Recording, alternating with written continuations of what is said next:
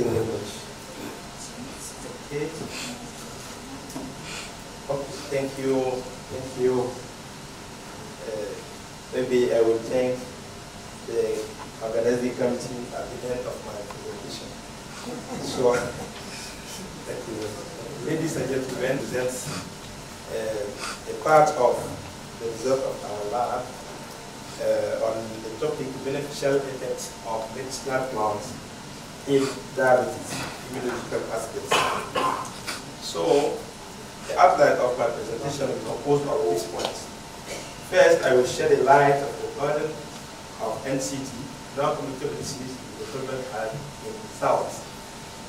And I will focus on the place of diabetes in NCD, the classification, meaning and physiopathology of diabetes. How does the immune system interfere with the severity of diabetes?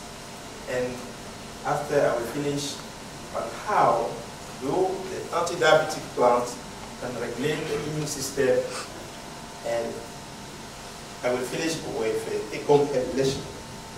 So, the first question on the burden of NCD in the global health. So, who do people die from?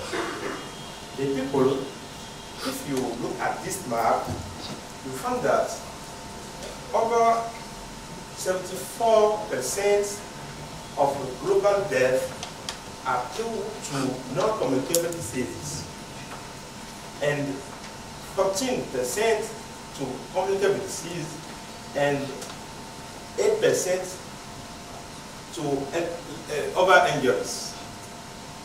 And in detail, you find that the heart disease occupies 33%, cancers, chronic respiratory disease, digestive, diabetes, neurological disease, and other non-communicable diseases.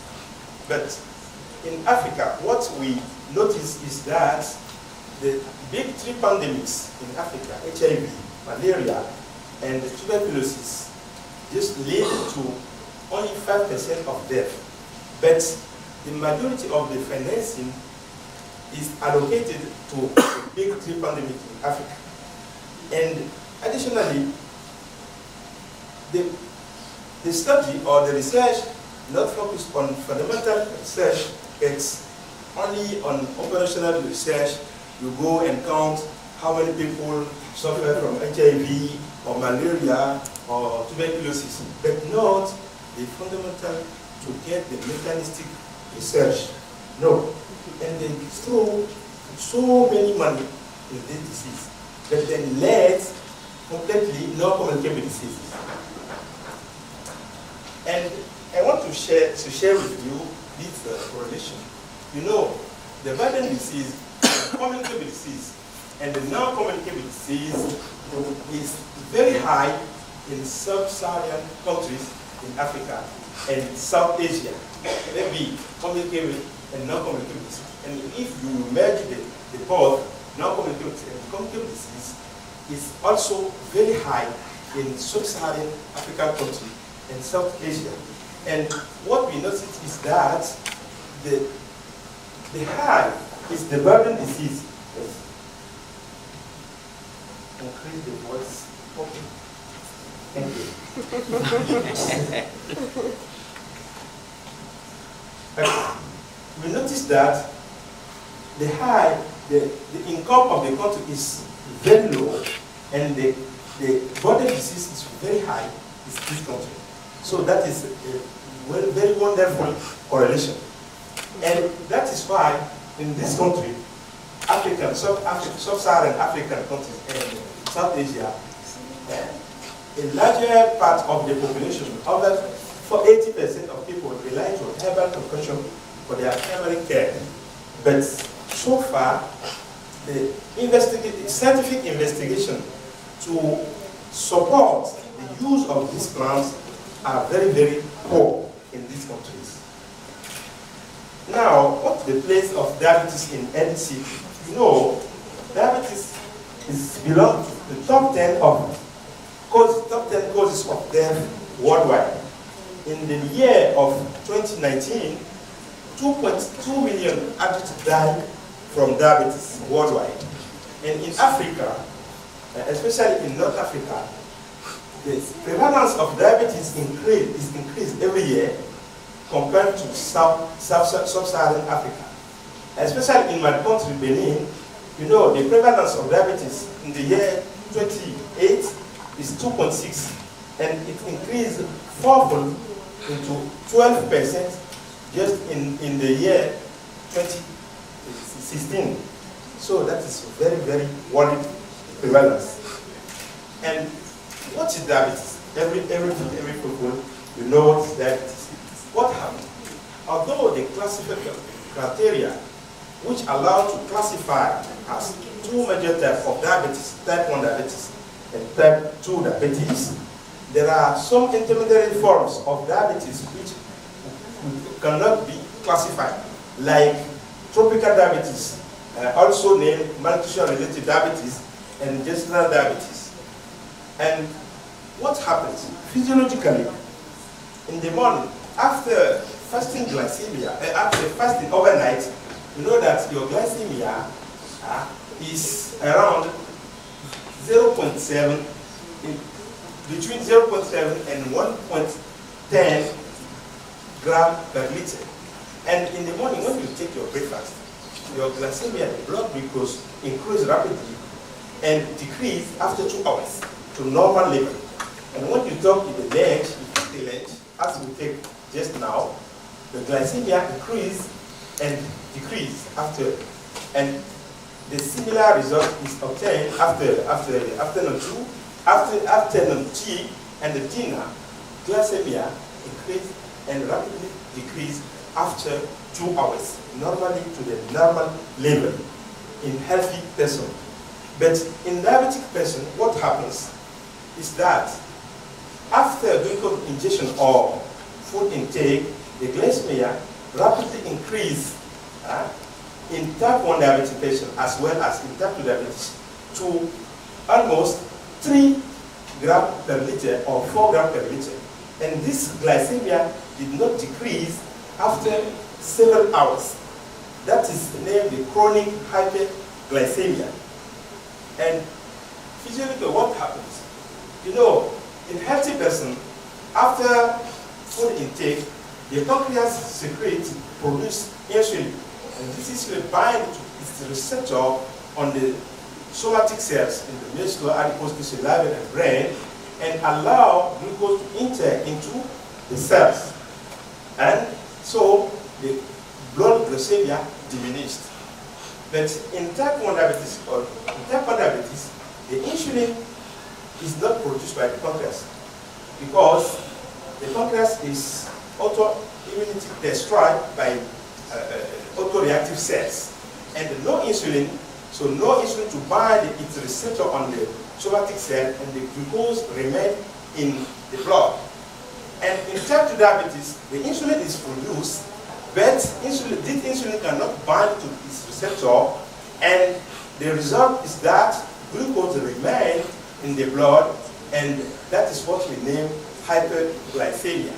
And this chronic hyperglycemia have led to several disorders in several vital organs, like deterioration of blood vessels, cardiovascular disease, deterioration of nerves, retinal disease, as we name retinopathy, and the kidney, which lead to renal failure.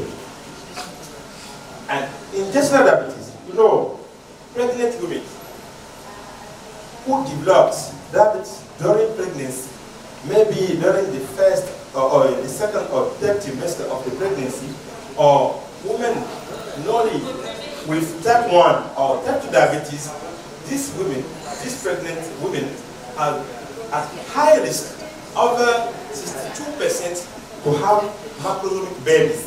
And these babies are the large babies whose birth weight is over 4 kilograms at birth, and this is related to several complications like fetal death, prematurity, and principally these babies are at high risk to develop obesity and type 2 diabetes during adulthood. And they name the phenomenon, physiological phenomenon that is named metabolic memory, is the result of the hyperglycemia that the fetus is submitted during the uterine life. During uterine life, the fetus is submitted to hyperglycemia, and this leads to fetal hyperinsulinemia, and that we name fetal programming. And this fetal programming is conducive to metabolic memory, which induced obesity and type 2 diabetes in offspring during adulthood. And what's in maternal diabetes, the hyperglycemia reacts on fetal hypothalamus, which produce a peptide that we name neuropeptide Y, and neuropeptide Y increase the trend of high food intake in the fetus. That is introduce macrosomia, lead to macrosomia and obesity in offspring during adulthood. Now, how does the immune system interfere with the severity of diabetes? So, in type 1 diabetes is a result of interaction of genetic predispositions and environmental factors like viral infection or bacterial, and this leads to inflammation into the pancreas, which is infiltrated by autoreactive T cells, and these autoreactive T cells destroy beta cell, and beta cell, which is supposed normal to produce insulin. So no insulin, and this leads to hyperglycemia in type 1 diabetes. And what we know is that the all condition that will increase the inflammation in this condition will potentiate the severity of diabetes. And we know that CD4 T cell, the naive CD4 T cell, CD4 T cells is the category of T cell that's the major conductor of the immune system in humans as well as animals. And these cells can be differentiated upon the presentation of antigen or the environmental of insulin cytokine environmental. These cells can be differentiated into type Th1 T cells or Th2 phenotype. And the Th1 T cell produce mainly IL-2 and IL-10 or interferon gamma, L12 and interferon gamma cytokines, and these cytokines promote cell-mediated immunity, and they are pro-inflammatory, and this is deleterious for type 1 diabetes.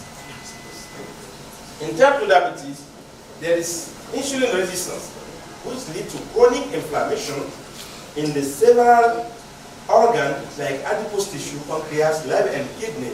And this inflammation leads to the infiltration by of all of these organs by autoreactive cells like macrophages or T cells, which produce in situ pro-inflammatory cytokines like IL-6, L1, TNF-beta, TNF-alpha, and these disrupt the functionality of all these organs.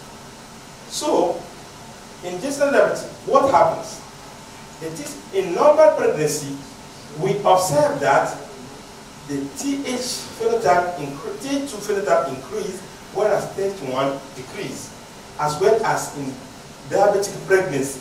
This is due to hormone production. But in macrosomia, the result is not similar because Th2 decrease and Th1 phenotype increase, and as well as in adult obese offspring, the Th2 decrease and Th1 is increased. That is characterized by inflammation in macrosomic babies, and this inflammation disrupts all the organs that we know in gestational diabetes, like placenta, adipose tissue, and leukocyte, which produce adipokines and cytokines, which are which have a pro-inflammatory activity, and this is deleterious for GDM and macrosomia.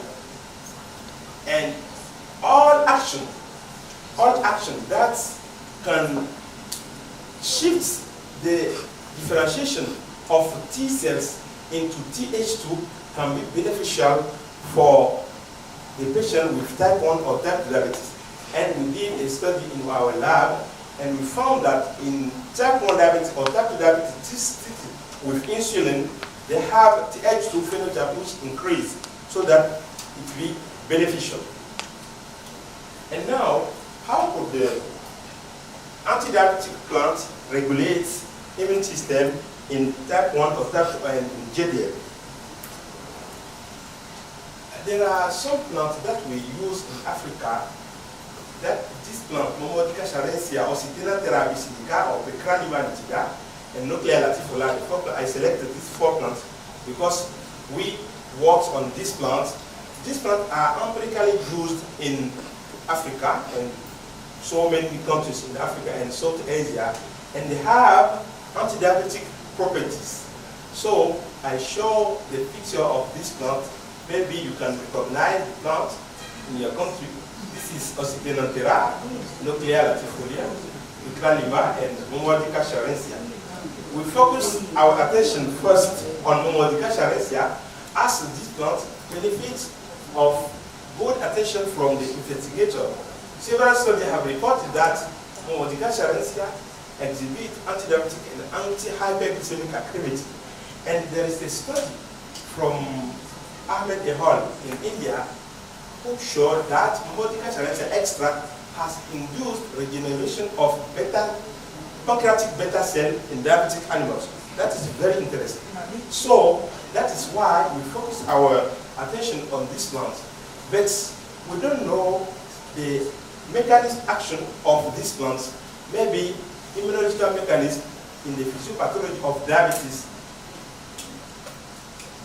And so that we conduct our study first to evaluate the effect of the fruit juice and leafy stem on the activation or and differentiation of human T cells that they tested in vitro.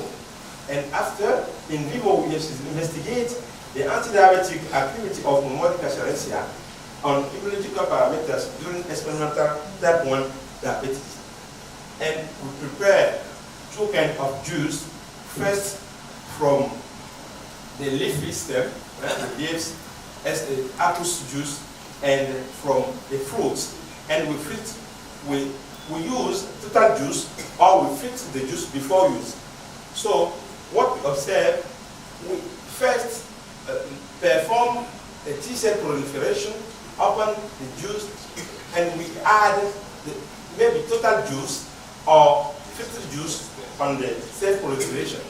What we observe is that the fruit juice or leafy juice induce cell proliferation without any stimulation by antigen, by mitogen.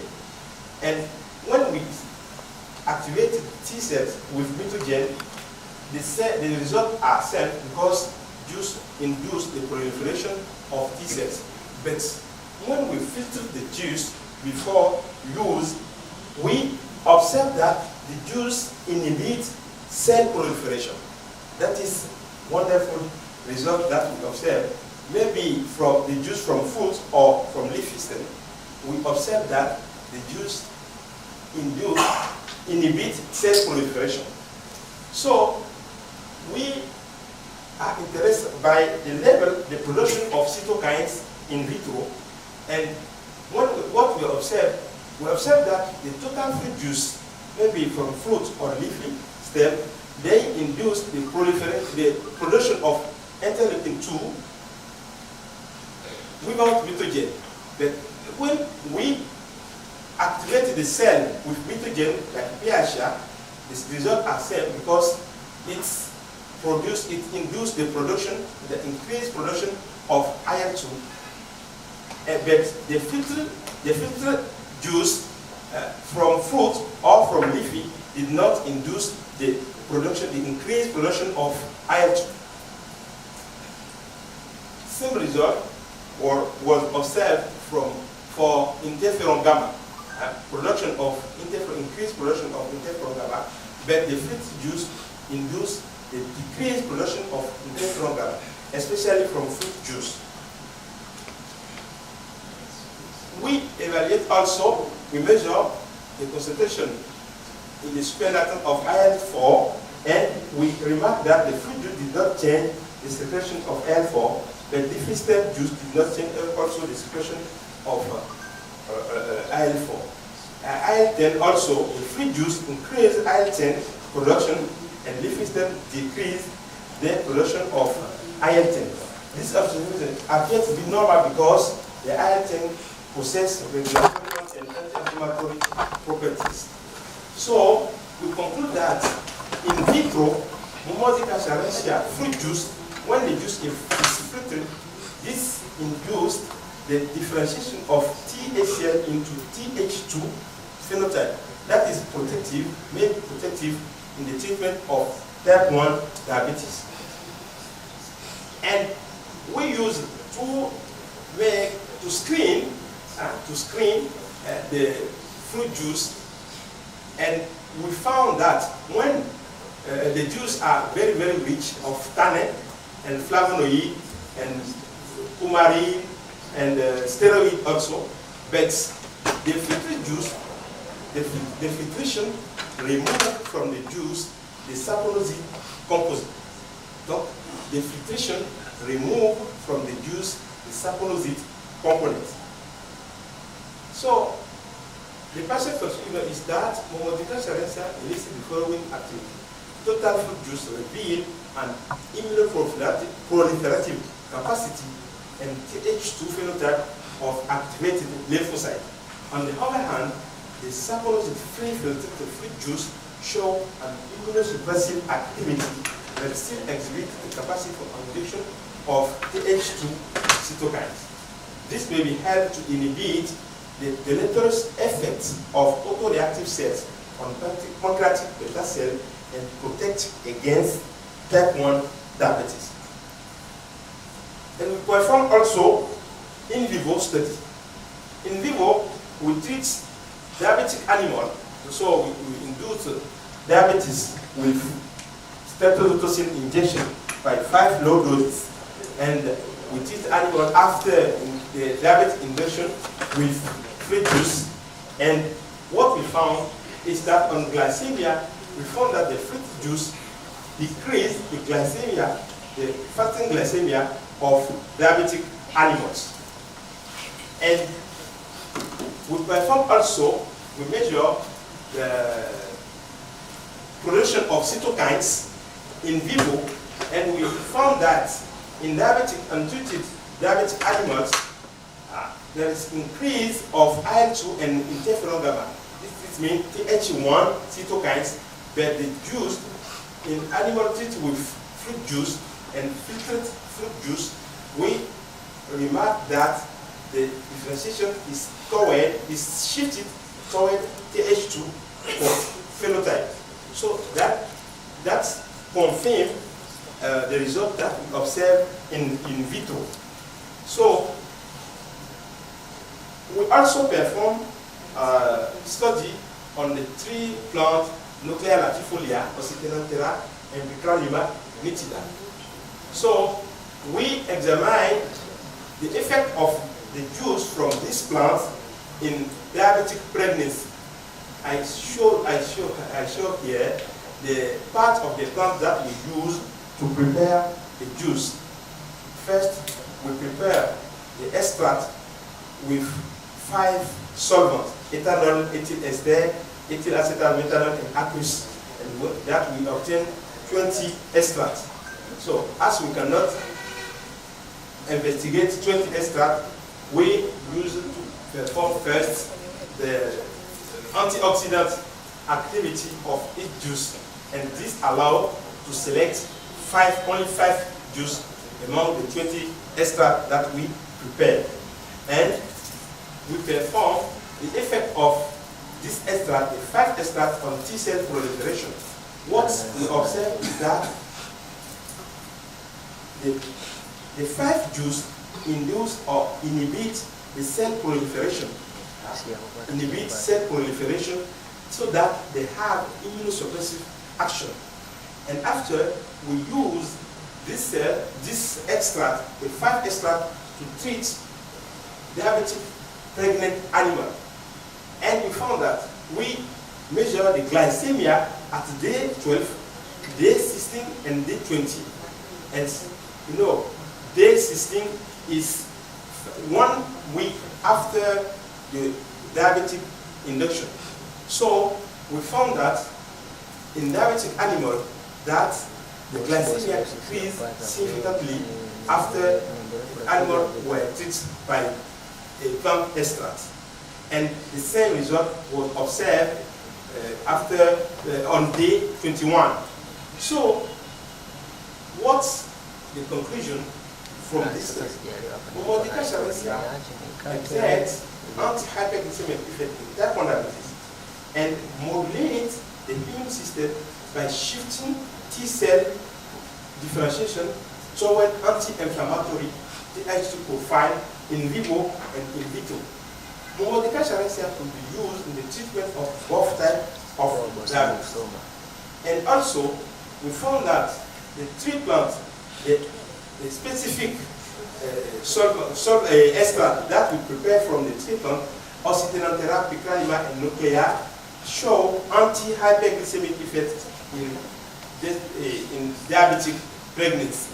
So I want to thank the personnel of my staff, Professor Cairo, and the personnel of IFD Institute of Research for Development, likely Professor Ashim Basubuji. And I want to express all my thanks, especially express thanks to my boss, Professor Naim Khan. Here is my boss. I did my PhD in his lab, and I want to thank him very, very much. And I took this picture in the year 2007, so it means almost 15 years now. So I was very young at this point. Thank you very much. Thank you very much.